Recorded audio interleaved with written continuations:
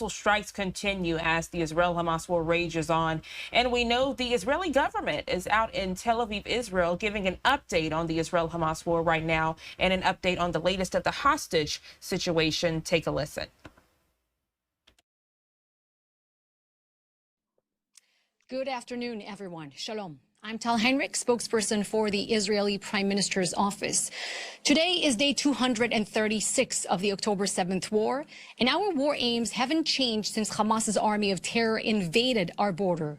To destroy their military and governing capabilities, to free all 125 hostages and ensure that Gaza will never pose a threat to Israel again. All objectives are within reach. Israel will not compromise on any of them. We'll begin with an update on IDF casualties. Since the outset of the war, IDF fatalities have unfortunately risen to 639.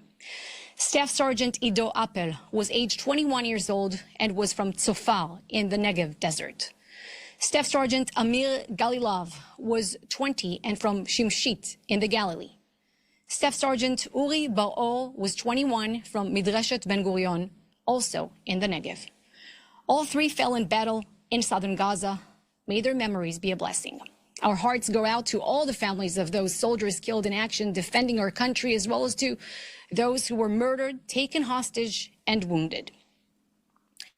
Next, I want to update you on the preliminary findings released yesterday by the IDF on the strike on two senior Hamas terrorists on Sunday night in Rafah and the regrettable civilian casualties that resulted. These two Hamas terrorists were both responsible and actively planning deadly attacks on Israelis. Their deaths saved lives. You can see the initial findings for yourself on the IDF website, but I wanted to highlight here some key points. IDF are focusing on the secondary explosions, likely from a Hamas ammunition warehouse near the targets that were unknown to our forces. Intercepted conversations between terror activists released indicate that the IDF strike was a small attack and that the Hamas ammunition warehouse nearby caused significant secondary explosions, which led to the fire. This is evidenced by footage from Gazans showing secondary explosions. And contrary to reports, the strike was 1.8 kilometers away from the designated humanitarian area that we have called civilians to evacuate to. The strike was conducted using the smallest munitions in the IDF armory used by our jets. Our munition alone could not have ignited this fire. The investigation is ongoing. It will be swift, comprehensive, and transparent. Our war is against Hamas, not against the people of Gaza, which is why we convey deep sorrow for this tragic loss of life. But a tragic incident in Rafah is yet another clear example of Hamas's double war crime of targeting Israeli civilians from within the Palestinian population. Make no mistake, that ammunition that appeared to have caught fire and resulted in the death of Palestinian civilians was meant for us. It was meant to take Israeli lives. So either way, Hamas is satisfied. Hamas wants Israelis to die. Hamas wants Palestinians to die for their sick goal of obliterating the Jewish state. And here's another thing that Hamas wants you to do, to shift the blame to Israel for their double war crime. Don't fall for it. Don't incentivize their methods of war by not reporting the truth and publishing the Hamas narrative, Hamas propaganda, Hamas statistics throughout this war. I noticed there was a viral social media campaign in the last 24 hours or so reading "All eyes are on Rafah." Well, all lies are on Rafah. Don't rush to conclusions. Wait for the facts. I now want to shift your attention to some overlooked aspects of the war. First, notice this figure. More than 17,500 missiles were launched at Israeli territory since the beginning of the war from two fronts combined, Gaza in the south and Lebanon in the north. Israel refuses to accept this reality. This will not be our routine. No other country would have tolerated this. And second, don't neglect the other terror fronts of this war. Today, yet again, an Israeli community, Bat Hefel, came under fire by Palestinian terrorists shooting from the Tulkarem area in the West Bank under the control of the Palestinian Authority. Side note to Norway, Ireland, and Spain, this is your recognized Palestinian terror state in action. Lastly, an update on our efforts to flood Gaza with aid and counter Hamas's efforts to increase the civilian suffering there. Yesterday, 465 humanitarian aid trucks went into Gaza. 124 trucks were coordinated and transferred to northern Gaza. In addition, 45 pallets containing tens of thousands of packages of aid were airdropped. There are 8 operational field hospitals and 3 mobile clinics, as well as 3 new hospital initiatives that are currently being reviewed. Fuel is also entering Gaza in support of humanitarian infrastructure there. And using this fuel, the Palestinian Water Authority refueled the water pumps in northern Gaza. And that's the end of our briefing today. I will now take your questions, which you should put in the chat with your full name and news outlet, please. Thank you. First question from Tom O'Connor, Deputy Editor of Foreign Policy at Newsweek. Would Israel accept the deployment of a UN peacekeeping force in the Gaza Strip as a potential solution to combating the threat posed by Hamas? And does Israel continue to see the current UNIFIL mission on the Blue Line as a constructive and useful actor given the ongoing violence on this frontier?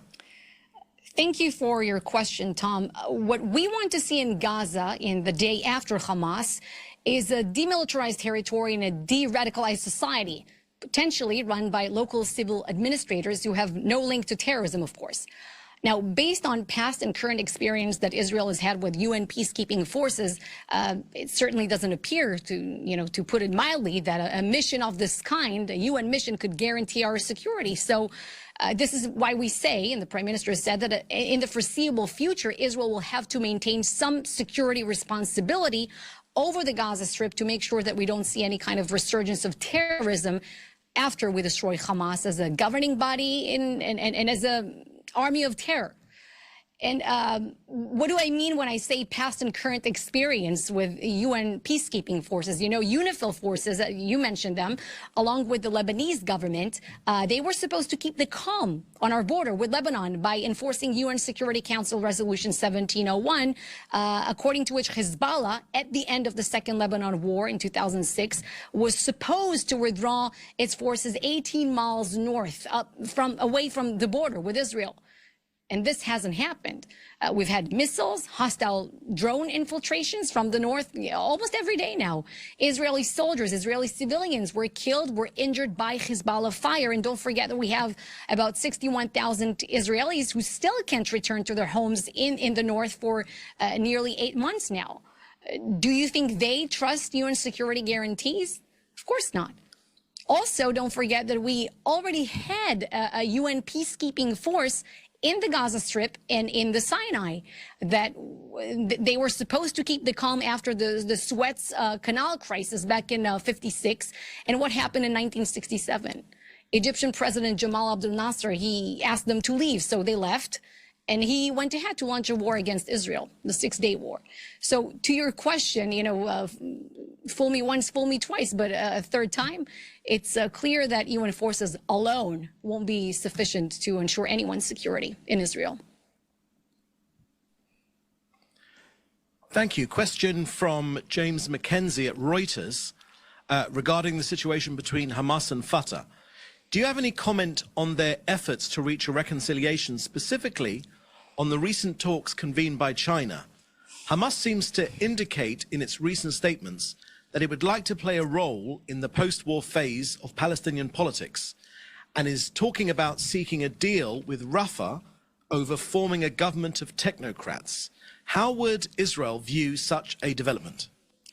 So I can't speak to Palestinian reconciliation efforts for the reason that I don't speak for Hamas, I don't speak for the Palestinian Authority, and Obviously, I don't speak for China. I speak for the Israeli Prime Minister's office. What I can say in that respect, though, is that the Palestinian Authority, since the October 7th massacre, since the Hamas army of terror invaded our borders and butchered our communities, they have not condemned Hamas for their actions. And in fact, I think some Palestinian Authority officials even said on multiple occasions that they do see Hamas in the picture in the future of some shared Palestinian leadership or so. So there you have it. That's unfortunate. Thank you. Question from Benjamin Weinthal from Fox News Digital. Memory published a critique of a 2013 academic essay by ICC prosecutor Khan, in which he cast doubt in belief that justice can be delivered for defendants at the ICC. What's the Prime Minister's view of Khan's article?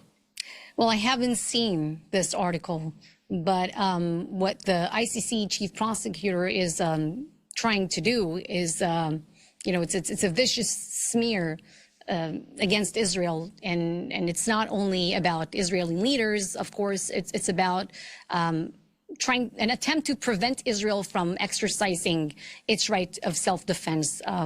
We said a lot about it. It's very obvious where we stand. There's no power in the world that would stop us from defending our people, destroying Hamas, and bringing back all hostages home. To that specific report, again, I haven't seen it, so I can't comment on it.